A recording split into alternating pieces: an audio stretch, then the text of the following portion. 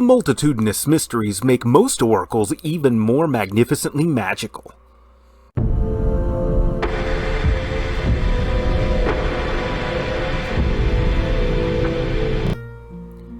Hello everyone, and welcome back down here to the Gamer's Den. With me, your host, Jordan, your master of lore and storyteller extraordinaire, entirely too proud of myself for pulling that off earlier. Today, we are taking a look back at the first edition Pathfinder Oracle, this time digging into their mysteries. This is the series of class features that will ultimately end up doing the most to really define your character beyond being a full spellcasting class. And you can have so many different options before you. I mean, it's incredible the number of mysteries that there are. These can do so much to widely vary an oracle overall, to the point that you can really start playing around more with the with how you array your stats, where you put your highest stats, and set up your character overall. And we're not going to be able to cover every mystery. We're going to only do a couple of them. Today's, and then maybe 3, maybe 4 more down the line, but we'll figure that out as we go.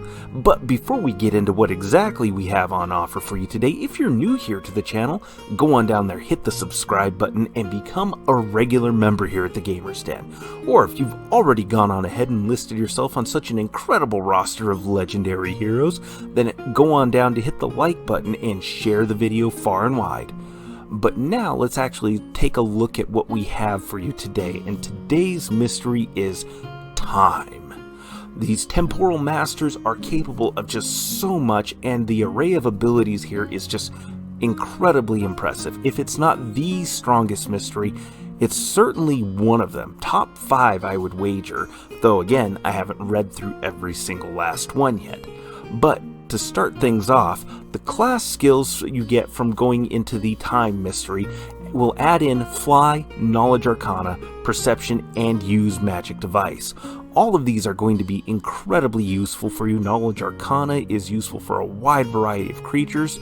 Perception is the most rolled skill in the game. Use Magic Device just lines up nicely with the fact that we are a high charisma class and negates the need to spend a trait to make this a class skill. And Fly is useful whenever you throw down those spells that give you the ability to fly and be able to make good use of your maneuverability and maximize the amount of benefit that you get from the skill. Then the bonus spells you get are pretty handy, especially as you get up there in level. At 2nd level, you gain Memory Lapse. 4th level is Gentle Repose. 6th level is Sands of Time. Then Threefold Aspect at level 8. Permanency at 10th level, Contingency at 12th, Disintegrate at 14th level, Temporal Stasis at 16th level, and finally you get Time Stop at 18th level. Frigging Time Stop, man. That alone makes this pretty damn worthwhile, but then Temporal Stasis and Disintegrate and Permanency makes so many of your shorter duration buffs just staggering. I mean, it makes them permanent. It does exactly what it says. That is incredibly useful for you. And then Contingency, you know, if I'm down to X number of HP, I teleport away, or I teleport back home, whatever the case may be. This is awesome to have, and these spells are all typically not on your known spell list. Memory Lapse is handy. It's more RP oriented, but it certainly is flavorful and fits with a Master of Time kind of aspect. Same thing with Gentle Repose, although I doubt you'll ever really want to spend a spell slot on Gentle Repose. This is something that's going to be better off as a wand or a scroll, something to that effect, rather than burning up any of your precious spell slots, so bear that in mind. But then we go on to your revelations, the revelation portion of your mystery. And we're just going to cover at what level that you are able to select each mystery, but you'll see that noted here and I'll read it out. The first one we start off with is Aging Touch. Age your targets with a melee touch attack, dealing 1 point of strength damage for every 2 oracle levels you have. Against objects and constructs, you deal 1d6 damage per oracle level. If used on an object in another creature's possession, this is treated as a sunder attempt, and is usable 1 time a day, +1 for every 5 oracle levels you have. This is staggeringly awesome. The ability to just massively debuff a high-strength target is going to be useful, and given that you're wearing medium armor and you've got some decent spell casting, and maybe even with the investment of a feat you could be wearing heavy armor, you're going to be okay if you end up in melee combat for just a little bit, long enough to deliver this as a touch attack, and the amount of strength that you can siphon off of a target will be massively useful because you're negating their ability to hit and reducing the amount of damage they do significantly, especially since most high-strength builds are going to be using their weapons two-handed to get that strength and a half bonus out of their damage. So really, this is going to be incredibly useful, and bear in mind, this doesn't offer up any kind of a save. There's no save listed here. It's just a melee touch attack, so it's not even a full. It doesn't say that it isn't a standard action, so check with your DM on this one. It may take a standard action, but looking at this here, I see it's just a touch attack, but again, check with your DM. Either way, even if this is a standard action to utilize, it is massively useful. But then we go from there to something even better, to erase from time. Also something that is available to you right off the bat. You can temporarily remove a creature from time with a melee touch attack. The target must make a fortitude save or vanish for a number of rounds equal to 1/2 your oracle level, minimum 1 round. Magic and divination can't detect them while they are outside of time because, well, they don't exist. They are outside of time. At the end of the effect, the target reappears where they were, usable 1 time a day, +1 additional time at 11th level. So, you can see the value in this, right? You push a target outside of time. It's the big bad, it's some massive threat. They're outside of time for a couple of rounds. That's a couple of rounds for you and the rest of the party to deal with all of the surrounding enemies, or layer on a bunch of traps, get yourselves into position so that way you can unleash all kinds of hell on the target when they reappear. Next, we have Knowledge of the Ages. Another one that's available right off the bat. You can retry any knowledge check you've made in the past minute with an insight bonus equal to your charisma modifier, and this is usable a number of times per day equal to your charisma modifier.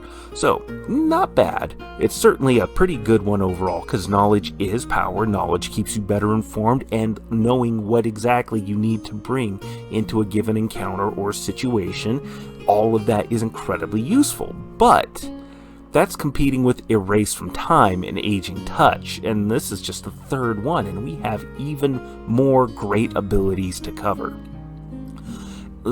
Although the next ability that we're covering here is Momentary Glimpse, and this one is worse than the previous.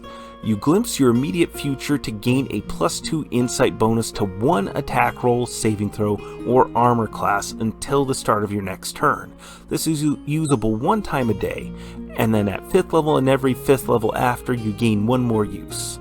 So that's not bad. That's useful early on, but it quickly diminishes in its usefulness. It doesn't scale as you level. That +2 insight bonus means it's going to stack with a whole host of other bonuses, but it's to 1 attack roll, saving throw, or armor class, or your armor class until the start of your next turn.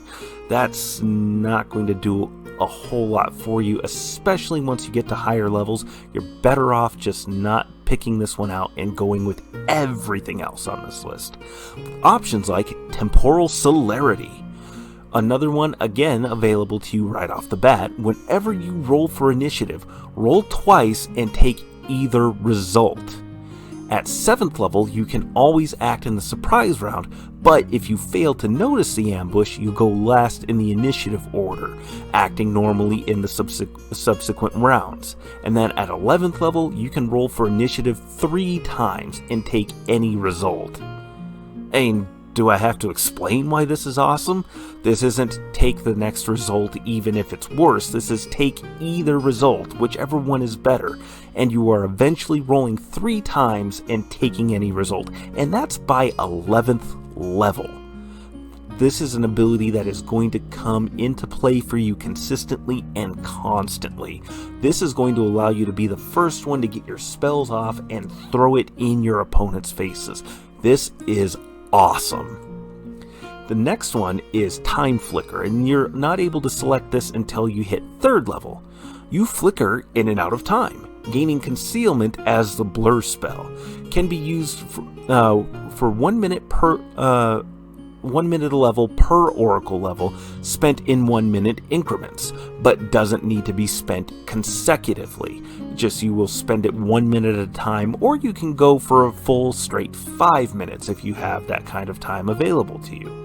And then at 7th level, this can be used as the blink spell, but using it in this fashion consumes 1 minute. So the blur effect is great. Blur is great defensively. Blink, however, is hit or miss. Yes, being able to go ethereal, get out of the way of the physical attacks of your opponents in that fashion, that is useful, but it's all roll of the dice, and you end up going in directions or out of the way in ways that can be really disruptive to your allies as well as your enemies, because if you just blink out of existence, your allies or your opponents are going to shift their attacks to your allies. Or if you need assistance, say you are rendered unconscious or you're laying on the ground bleeding out, you will continuously blink in and out of existence where your allies are trying to get a hold of you and heal you. So this can be very disruptive, although in some situations incredibly handy for you to have. But again, this is probably one that's safe to skip or limit yourself to just using the blur aspect of this ability. And then we come down to Time Hop, kicking in for selection at 7th level. As a move action, you teleport 10 feet per oracle level per day. The teleportation must be used in 5-foot increments, and the movement doesn't provoke attacks of opportunity, but you must have line of sight to your destination and can bring other creatures expending the same amount of travel distance. So if you are bringing another creature, you are each burning up 5 foot of that travel there. But this is still great for having a massive amount of maneuverability on the battlefield. This will be great for getting you positioned short distances. You're not going to use this for long distance, but again, getting yourself into the right position on the battlefield, this is great for that. That's an excellent option for you to have, although it's facing stiff competition from Rewind Time. Also another one that is not selectable until you've hit 7th level. Once a day, as an immediate action, re-roll any 1d20 roll before the results are revealed, and you must take the result even if it's a failure. At 11th level and every 4 levels after, this is usable 1 more time per day. So this is for any d20 roll, not any one specific attack, saving throw, skill check. This is any d20 roll, and that's what makes this so useful. This rewind time is a great one for you to have. Almost all of these are great for you to have. Although we do have an excellent option in speed or slow time, another revelation that's not available till the 7th level range. As a standard action, speed or slow time, either as the haste or slow spell, usable once a day, plus 1 use at 12th level and 17th level. So haste is just a great buff to have, and slow is a pretty solid debuff. I'd say it's almost as good as haste, but really you're better off speeding yourself up or your allies overall. Going on from there, we have Time Sight. Time Sight is something that you're not able to select until 11th level, but it's great. For a number of minutes equal to your oracle level, peer through the veil of time to see things as they are, per the True Sight spell, which is incredible. At 15th level, this functions as the Moment of Prescience spell, and then at 18th level, this functions as the Foresight spell. Now, all of these are really useful. The one thing that's just not clear here is that, does Moment of Prescience overtake True Sight? Does Foresight overtake Moment of Prescience? Are these individual options that you're able to select when you activate Time Sight, or are all three happening at the same time until the spell effects are utilized or ended? That's not clarified. I don't think it's all three. If I were to make a pick, I would say you are able to select from one of these three options with this ability. That's still really powerful in and of itself, but it's not as limited as having one spell effect overtake all the others, but it's not as powerful as having all three going at once. Although, again, as always, check with your DM to see what their interpretations are on this. Time Sight is one of the abilities here that is not described very well, so definitely check, although I myself would recommend that all you DMs out there and you players go with that middle option. But then we come to your capstone of Final Revelation. Your mastery of time has ceased your aging. You take no penalties to your stats due to age, but accrue bonuses to your stats from it, and you cannot die of old age any longer. You're still killable by all the other conventional means, death, poisons, disease, things like that. Death can come. You're vulnerable to death. You're vulnerable to death by murder. If somebody stabs you, you can still die from it. My goodness, I'm tired.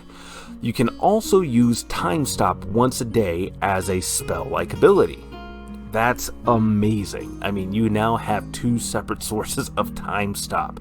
That's great for you to have. That alone just makes everything so worthwhile here.